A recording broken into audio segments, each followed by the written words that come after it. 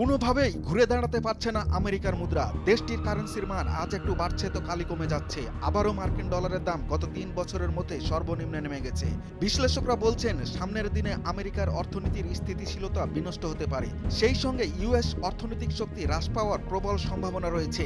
এই আশঙ্কায় গোটা বিশ্বে ক্রমশ আধিপত্য হারাচ্ছে ডলার।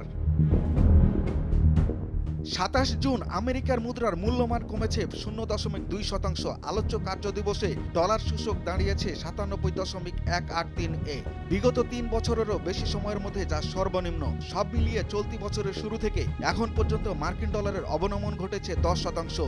১৯৭০ সালের প্রথমার্ধের পর যা সর্বোচ্চ অবমূল্যায়ন। কারণ বিশ্বজুড়ে কেন্দ্রীয় ব্যাংক ও আর্থিক প্রতিষ্ঠানে ডলারের চাহিদা কমেছে।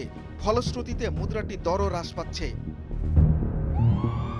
এই ফাঁকে ব্যাপক শক্তি সঞ্চয় করেছে ইউরো। ইতোমধ্যে ইউরোপিয়ান ইউনিয়নের মূল মুদ্রাটির মূল্য গত ৪ বছরের মধ্যে সর্বোচ্চ স্তরে উঠেছে। বিশেষজ্ঞরা বলছেন এই ধারা অব্যাহত থাকলে মার্কিন ডলারের পতন অবশ্যম্ভাবী। সেই সঙ্গে সিংহাসনে উঠবে ইউরো। এখন মুদ্রাটি বিক্রি হচ্ছে $১.1713। আগামীতে এর দাম আরও বাড়তে পারে।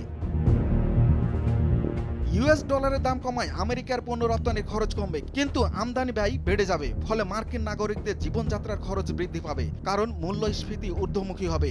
এই প্রেক্ষাপটে দেশে বিদেশে তাদের চলাফেরা ব্যয়বহুল হয়ে উঠবে। তাই অনেক বিশেষজ্ঞ আমেরিকার শেষ দেখে ফেলেছেন। মার্কিন সাম্রাজ্যবাদের পতনের আশঙ্কাও করছেন তারা।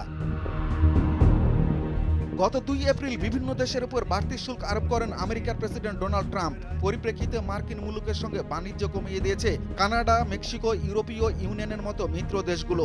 ভারত, পাকিস্তান, ইরান, ইসরায়েল সংঘাতে অযাচিত হস্তক্ষেপ করেছেন তিনি। এতে তার ছলচাতুরি ধরা পড়ে গেছে। ফলে দক্ষিণ এশিয়া ও পশ্চিম এশিয়া এবং মধ্যপ্রাচ্যে বড় ধাক্কা খেয়েছে আমেরিকা। এসব অঞ্চলে মার্কিন প্রভাব ব্যাপক কমে যেতে পারে। এরই মধ্যে ঋণের খরচ কমানোর জন্য আমেরিকার কেন্দ্রীয় ব্যাংক ফেডারেল রিজার্ভের ওপর চাপ সৃষ্টি করেছেন ট্রাম্প। পাশাপাশি বিতর্কিত বিগ বিউটিফুল বিল উত্থাপন করেছেন তিনি। তাতে স্পষ্ট মার্কিন অর্থনীতি ভালো অবস্থায় নেই। এবার আমেরিকার ঋণের বোঝা ব্যাপক বেড়ে যেতে পারে। সেই সঙ্গে দেশটির বড় বাণিজ্য ঘাটতি দেখা দিতে পারে।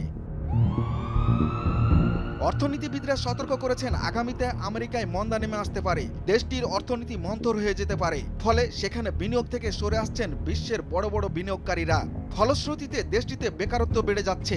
হার্ভার্ড বিশ্ববিদ্যালয়ের অধ্যাপক কেনেথ রুগক বলেন, সার্বিকভাবে আগামীতে মার্কিন ডলারের আধিপত্য হারানোর ব্যাপক সম্ভাবনা রয়েছে, কারণ এর পতন আরও ঘটবে। দুরুল হক, ভোরের কাগজ।